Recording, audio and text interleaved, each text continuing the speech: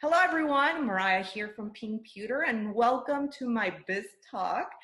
I have someone very special. Everyone that comes on here is very special to me.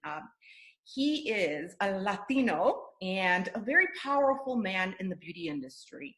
He works with a lot of passion. He has really, really cool techniques in doing hair. And I have him on here because, we're all going through some really tough times, but I didn't want to talk about the tough times. I want the minds to go in a different way. And I want to help by having him on and explaining different techniques and ideas that he has. His name is Mickey Cullen, and I want him to introduce himself to you guys because he's just a genius in hair. Go for it. Hi guys, I'm Mickey Colon. So, like she said, I am Puerto Rican. So I was born in Puerto Rico and I moved here when I was 12 years old to the United States. And I've been in the industry since I was 17. I actually started as a hair model for Soroscoff. So that's where my passion started. And then after that, I tried to go to school and there was no financial aid. So it was kind of putting me in a hole because, as a young boy, man, I didn't have that money. So I started working in salons and, working salons, doing everything, doing cleaning, folding towels, doing front desk. And then eventually I got, there was a school that finally got financial aid and I decided to join. And that's when everything just kind of grew for me. But it took me a long time, actually. So. Wow, I didn't know that part of the story. I see, Mickey is a very supportive friend through social media, with our company and through myself. He supports, we're each other's cheerleader on social media. And I just love the passion that he has, when he's coloring. I mean, this guy created this technique that he uses his hands and it's so cool. Can you please tell the audience how you're doing that technique and how much you charge? When I started as a hairstylist in the beginning, I was following pretty much everybody that I look up to, and it's like, well, you got to do painting, you got to do the brushing, you got to do this. And then eventually I got to the point where us as business owners, we have to cut down on product usage. We had to cut down on timing so we can make more money. And that's when from my brain started working. And I come from a family that's very, very creative. My uncle is a painter, they're musicians. So for me, it's I was none of the above. I'm not a painter and a musician. I can't even play the maracas, the Spanish maracas, which is the easiest thing to do. But for me, it was how can I make my life easier in the salon? And being a hairstylist now in 2020, you could do anything you want to do as long as it comes out beautiful and you do it professionally. So for me, the hand painting was one of those things that came to me by, I went to Brazil and I saw just one person do it. And, they were kind of doing it just to brighten up the color that I already had. But for me, it was you know what, let's take this to the next level and see what else we can do. So I literally do it now for anybody that comes in because most girls that come in already have balayage, right? So when you think about it, instead of going in there and trying to do this whole entire head full of balayage with the brush, which, by all means you can do it. But instead of doing all that, why not go back to the basics and put a couple of foils right on the root area or on the mohawk area, right in the front hairline, and then paint the back just to give it that regrowth of balayage, give it some beautiful and some brightness again. So for me, it's all about cutting down on product, trying to figure out cutting down on time so I can make more money, because time is money in this hair salon and time is money for hairstylists. So that's how it all started. Well, time is going to be very valuable for everyone when they go back to work. I've been interviewing stylists and, everyone's out of a job right now. And they're all telling me that they have kind of like a panic attack because the minute they go back to work, they're going to have to work 24 hours, they're saying, because the demand on people coming to get their hair done is going to be very big. So it's like exciting, right? That, you're going to be busy when you go back, but it's kind of like, how do I manage all of those customers, and how do I manage so they could stay with us and not go somewhere else? Because every woman right now is very desperate, especially with the gray, because I'm one of them, that needs, that attention, going back to work. So, how are you spending your time right now, like trying to think of how you're going to manage that rush when you go back? Are you fully equipped, you know, with other stylists, or are you going to balance yourself? Are you going to extend more hours? Yeah, definitely. I'm definitely gonna be, I have this thing that I don't like to put too many people in one time, because I like to give the attention to the client. And I feel like the attention of the clients has to stay the same way, because what's gonna happen is we're gonna go back to work and all we wanna do is make money, right? Because that's the number one thing. But what we're gonna do is we're going to go in there, try to make money and put 3 people, 4 people on top of each other. And what's gonna happen is you might make some mistakes, and mistakes cannot happen right now when you come back. We have to be careful making the mistakes on coloring, getting the people back to blonde, because even though people have been waiting for us and waiting for, the certain stylist, if you make a mistake, remember, sometimes, most of the time, clients forget that. They forget, like, oh man, he made a mistake. Other thing is about, you have 4 people in front of them or behind them, and you put them all together, and now you're rushing them out the door just to get that money. That's the only thing they're going to remember. They don't remember that you didn't make money for 3 months, So it's all about timing, maybe coming in a little bit earlier. Instead of waking up at 10, maybe we wake up at 8, I have a daughter, so my timing, like, my salon opens at 10, but my daughter goes to school at 8. I had nothing to do between all that time, so maybe I'll go in at 8:30 or something like that, and then leave around 8 o'clock at night. And maybe at this time, maybe people should start thinking about hiring also an apprentice. And apprentice is funny because a lot of people think that you have to pay them all this money, but there is some, in this time of world, the time that we are in now, there's so many schools out there that that students would love to just be next to you, especially if you're a person like me or a person that's well known or whatever. People just want to learn, and if you treat them right, you teach them and you guide them the right way, don't do it for just tips or anything, right? Because they're learning. This is what they want to do. They want to learn. So for me, going back, I'm gonna keep my same way of doing hair, one person at a time, giving the special attention, because attention is gonna become very important to every client. Because remember, you're stuck at home, but they were stuck at home too, crying. You know what I'm saying? Mm-hmm. So you have to start making sure that you listen to them, pay attention to them, do their hair right. Because if you do the hair wrong when they come back, that's going to be kind of sad for them, I feel like. So pay attention to them, make sure you listen, and maybe try to get an assistant that you can teach them and also guide them, and they can help you at the same time. It doesn't have to be, an assistant that you have to pay all this money. Get them from the schools. They love to just give anything away. So that's wonderful. So it's not about the money. It's about the quality. I love what you just said. It's all about the quality. And, adding some extra hours is really important, especially when you go back. But, I see you on social media and you create such amazing content. I mean, I know you do education. Do you teach also how to do your content? Because you're pretty creative, and a lot of people are asking, especially now, like trying to get the attention of their customers. They're doing so much content that it's helping their clients, like, do their hair at home and relax a little bit. Any guidance on how you create this content to get the attention? Because your stuff goes viral, and a lot of other stylists and salon owners would love to pick your brain. So if you could talk about your classes, and if you could talk about, how you create that content, I think it's going to be very valuable for our audience, especially, ones that do not have the following that you have or the quality of content that you have. Yeah, definitely. The biggest thing for me that I learned is that you first have to be yourself. That's the biggest thing. I know we have you can definitely, and let me just say this, you can definitely, when you follow somebody, like yourself or anybody out there that's big in the industry, and you try to, kind of do the same thing as them, and then switch it around, that's not copying. That's just, you're inspired by that person. Mhm. So I've been inspired by a lot of people, including yourself. When you do your content, I go through your page and I'm like, man, this is perfect camera view, perfect angle from this girl.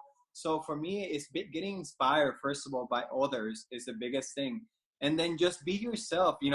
Creating content is also one of those things that the easier you do it, the better it becomes. Yeah, I tell my wife this all the time. My wife is one of those that's like, she, it's like by the book. It's like if there's 1, 2, 3, 4, 5 sentences that she has to read, she will not skip, one of them. I skip maybe the fourth one. You know what I'm saying? So I always say, just create something that people are gonna catch quickly, and then just do it because you love it. Don't do it because you saw it somewhere else. If you don't understand it and you're creating it and you're trying to create it, it's not gonna become real. It's not gonna look real. It's not gonna look like you're actually teaching it. So for me, I have to first love what I'm, showing. Like if I'm showing this, this technique, then I have to love that technique. If I'm showing this way of this girl taking a picture, then I have to love that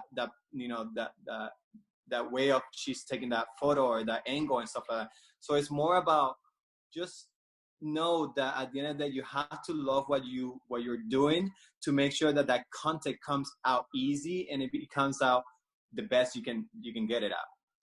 Thank you. Thank you. See, guys, why I have him on here, he has really good information.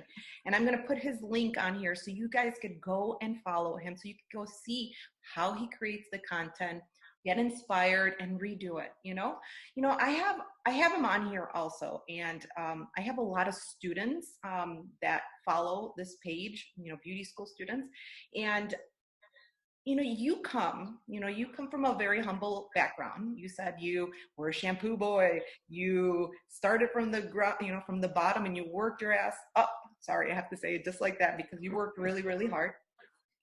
How did you get noticed by Behind the Chair? How did you get noticed by Trust? Because you're now an ambassador for them. You have this gorgeous salon. Like, people want to know how you got, these brands, and how did you get such a beautiful salon? Like, it's not easy to like build a salon. It's not easy to go work for a brand and then being behind the chair. It's like you're like doing a lot of things. Obviously, you manage yourself, but please share, with this audience, like, how did you do all of those things? Yeah, so with the first thing I got noticed was Trust Professional came to me. Behind the Chair also was one of those things that Behind the Chair has their show every single year, which is the BTC. And for me is you have to be out there.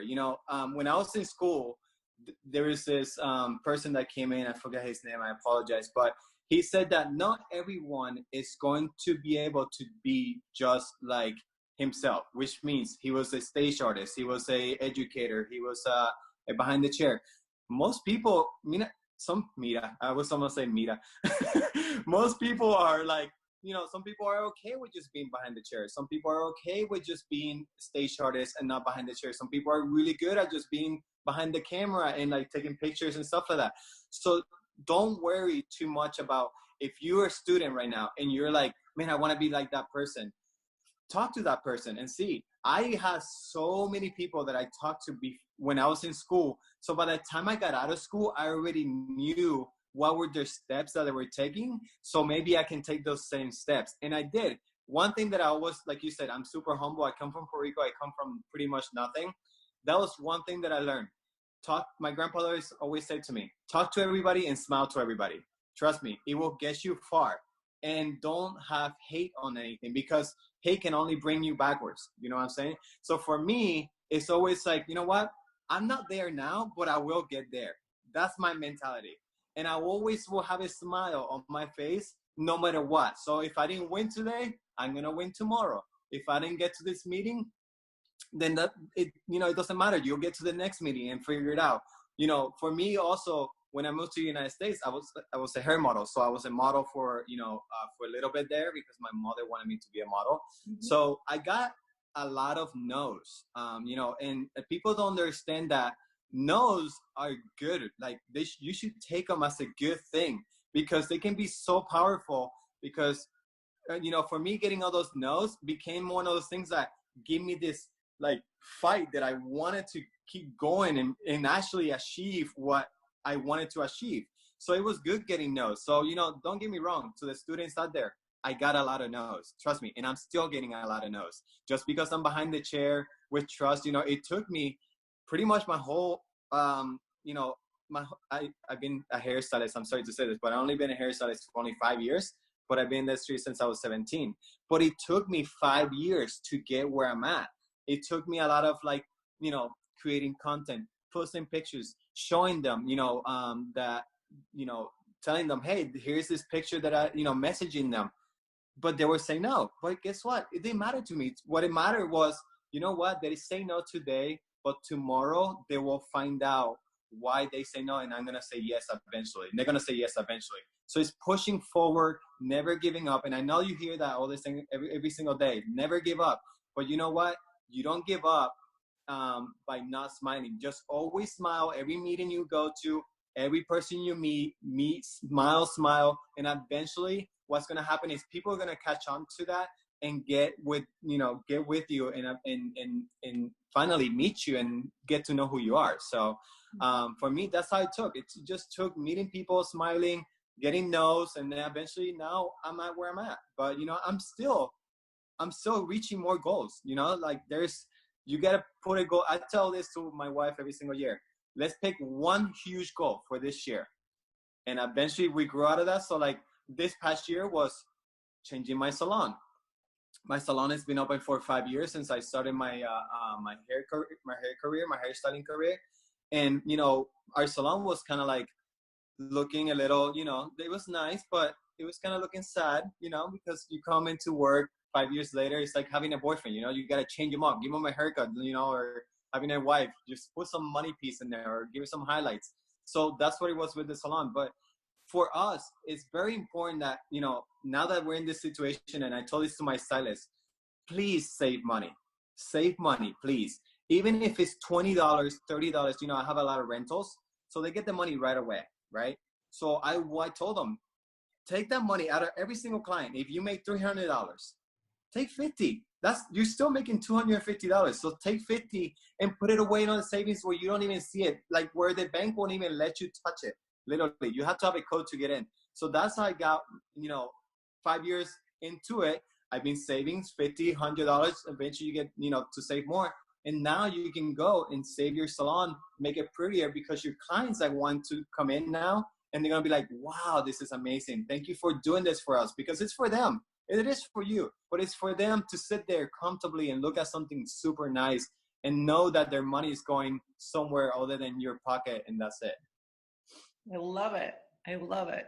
See, I always like to talk to people that started from down here and grew themselves up here, and became someone. And Mickey, you're gonna, you're already up here, but I already know you're gonna blow up to very soon. I already know that you're probably gonna end up creating your own brand because you're just amazing.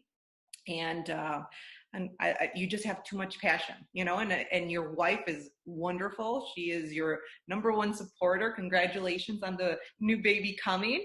But yeah, I'm very, very blessed to have you on this show. But before we end up like closing up, I would love to ask you, what, I know a lot of salons, we're talking to stylists right now and what do you call it, and students, but what advice do you give the salon owner that's going through a really tough time right now? And, what ideas do you have that you are going to improve in your business? Because the business owner, the small business, are the ones that are getting affected, right? So what are you doing to change, to better for your business? And coming back, there's gonna be so many changes for my salon, the way I think about things.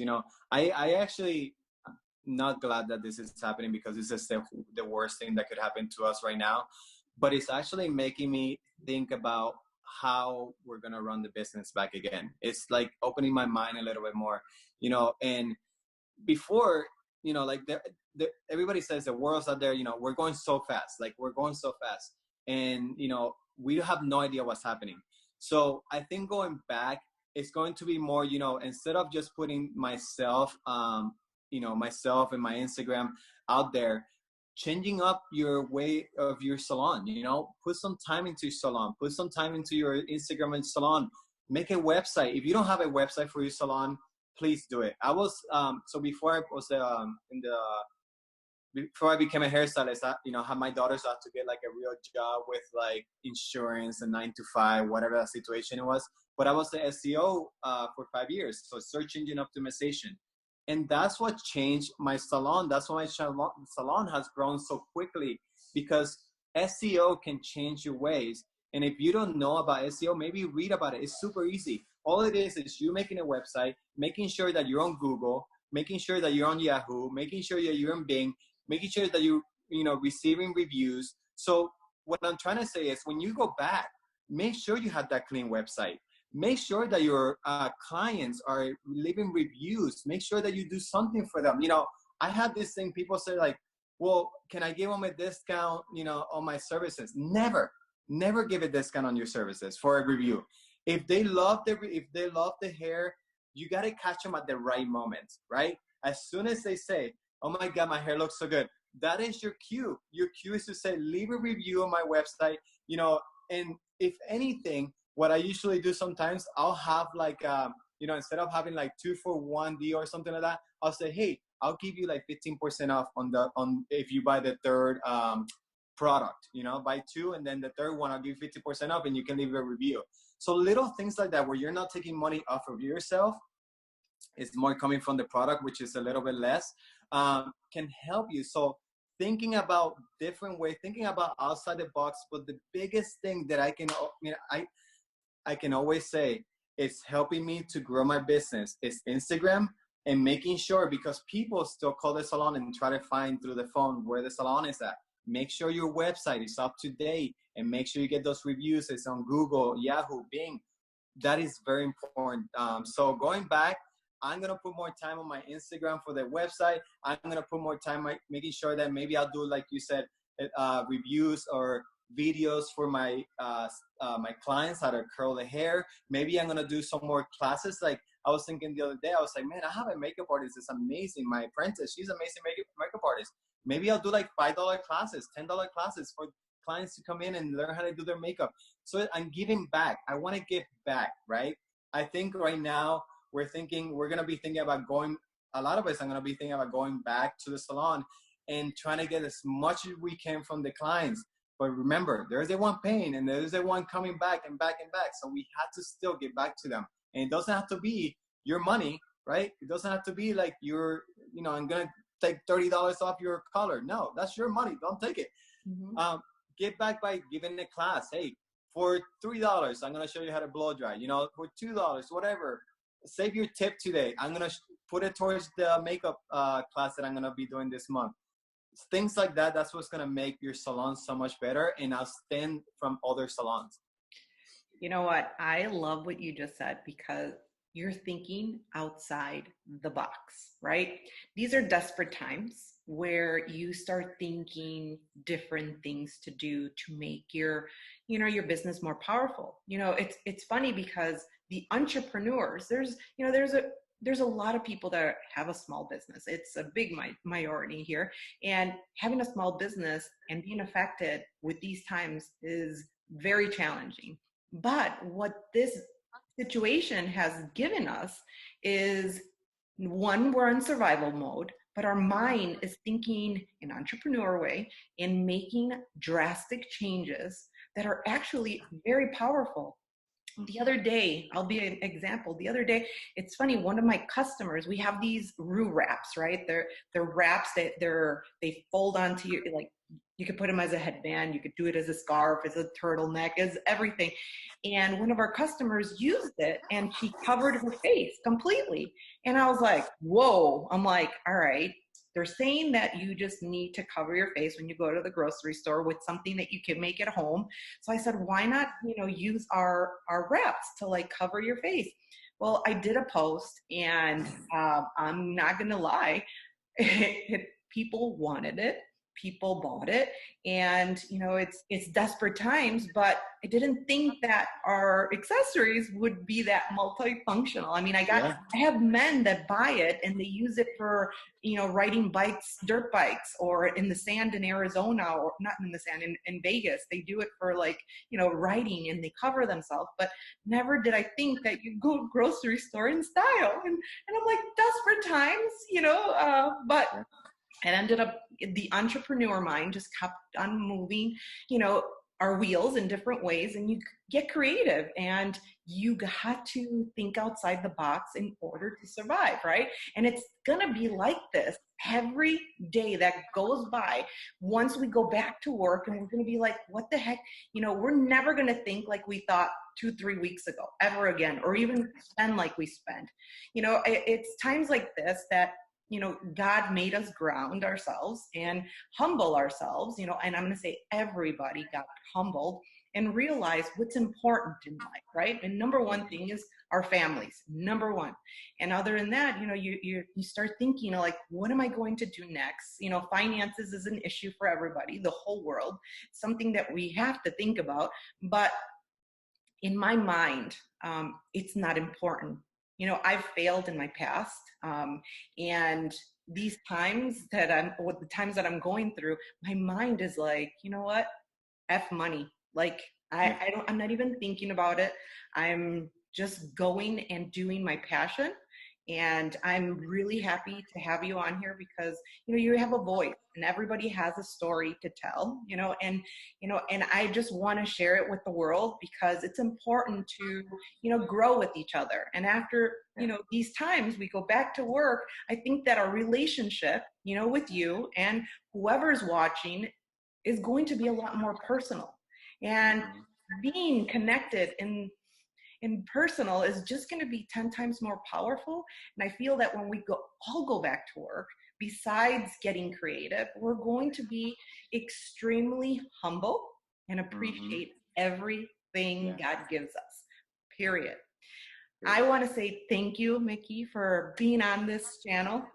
And thank you guys for tuning in. It was a wonderful time with you. I'm very blessed to have you in my life. And now you guys know Mickey, and he is going to show you guys in his social media everything that he's got. All right, guys. Thank you. Bye-bye.